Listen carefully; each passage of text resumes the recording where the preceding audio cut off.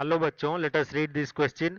So the question says, when monochromatic radiation of intensity I falls on a metal surface, the number of photoelectrons and their maximum kinetic energy are capital N and capital T respectively. तो जब कोई monochromatic radiation with intensity जिसका capital I है वो metal surface पे जैसे ही पड़ता है तो उससे जो फोटो इलेक्ट्रॉन एमिट होते हैं उनका जो टोटल नंबर है और जो मैक्सिमम काइनेटिक एनर्जी है वो कैपिटल एन और कैपिटल टी है। If the intensity of radiation is 2i, तो इंटेंसिटी जो रेडिएशन का अगर 2i हो गया, number of emitted electrons and maximum kinetic energy are respectively, तो नंबर ऑफ एमिटेड इलेक्ट्रॉन्स क्या होगा और मैक्सिमम काइनेटिक एनर्जी क्या होगा ये हमें फाइंड आउट करना है। तो इस क्वेश्चन को सॉल्व करने के लिए हमारा जो की कॉन्सेप्ट होगा ये सबसे पहले जान लेते हैं। तो ये की कॉन्सेप्ट हमारा है फोटो इलेक्ट्रिक इफेक्ट। तो फोटो इलेक्ट्रिक इफेक्ट जो है ये फर्स्ट टाइम स्टडी किया था अल्बर्ट आइंस्टाइन ने, और आइंस्टाइन के मुताबिक जब किसी मेटल पे, ये अगर हमारा मेटल है और यहाँ पे कोई मान लीजिए एक सोर्स है,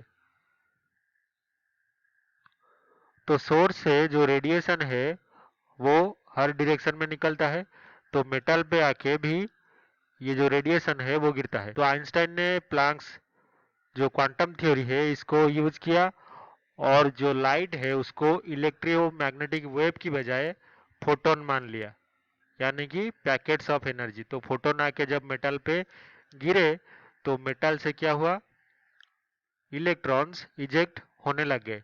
तो ये हमारा है electrons, negatively charge particle electrons. तो ये जाके एक दूसरा जो प्लेट है फोटो इलेक्ट्रिक सेल में वहां पे कलेक्ट हो गया। तो इससे क्या हो गया, फोटो इलेक्ट्रिक सेल में करंट जो है फ्लो करने लग गया। तो ये हमारा आई है और इसका जो डायरेक्शन होगा फ्रॉम पॉजिटिव टू नेगेटिव, तो ये हो गया हमारा करंट का डायरेक्शन। तो अभी ये पूरा सिचुएशन में क्या होता है, आइंस्टाइन ने जो फाइंडिंग किया या फिर पोस्टुलेट निकाला कि जो इंटेंसिटी होता है, इंटेंसिटी ये डायरेक्टली प्रोपोर्शनल होता है नंबर ऑफ फोटो इलेक्ट्रॉन्स जो एमिट हो रहे हैं, नंबर ऑफ फोटो इलेक्ट्रॉन्स। तो ये पहला फाइंडिंग है। दूसरा फाइंडिंग क्या है, जो फ्रीक्वेंसी है, frequency of incident light, incident light का जो फ्रीक्वेंसी है ये डायरेक्टली प्रोपोर्शनल है किसके साथ, विथ एनर्जी या फिर kinetic energy of emitted photo electrons. तो जो भी फोटो इलेक्ट्रॉन्स एमिट होंगे उसका kinetic energy frequency of incident light के साथ प्रोपोर्शनल होगा डायरेक्टली, और उसका जो इंसिडेंट लाइट का इंटेंसिटी है वो नंबर ऑफ फोटो इलेक्ट्रॉन के साथ प्रोपोर्शनल होगा। तो अगर हम क्वेश्चन के हिसाब से देखें तो हमारा इनिशियली और फाइनली क्या हुआ ये देखते हैं। इनिशियली इंटेंसिटी था आई, फाइनली यही इंटेंसिटी इंक्रीज होके 2i हो गया, और जो काइनेटिक एनर्जी था इनिशियली था number of photo electrons capital N था। तो ये क्या होगा, तो हमें पता है क्योंकि आई जो है ये प्रोपोर्शनल है किसके साथ, नंबर ऑफ फोटो इलेक्ट्रॉन के साथ।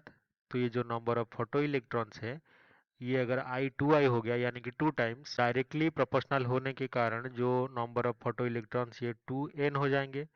लेकिन जो काइनेटिक एनर्जी है ये तो बिल्कुल इंडिपेंडेंट है इंटेंसिटी से, ये सिर्फ फ्रीक्वेंसी पे डिपेंड करता है। फ्रीक्वेंसी हमने चेंज नहीं किया, इंटेंसिटी चेंज किया, तो ये जो टी है वो टी ही रहेगा। तो हमारा जो फाइनल आंसर होगा काइनेटिक एनर्जी टी और number of photo electrons emitted 2n। First option n and 2t गलत होगा, second option 2n and t ये सही होगा। So option 2 is correct. इसी तरह से थर्ड ऑप्शन 2n 2t गलत, और fourth option A and T गलत। तो only option 2 is correct. I hope you have understood this well. Best of luck.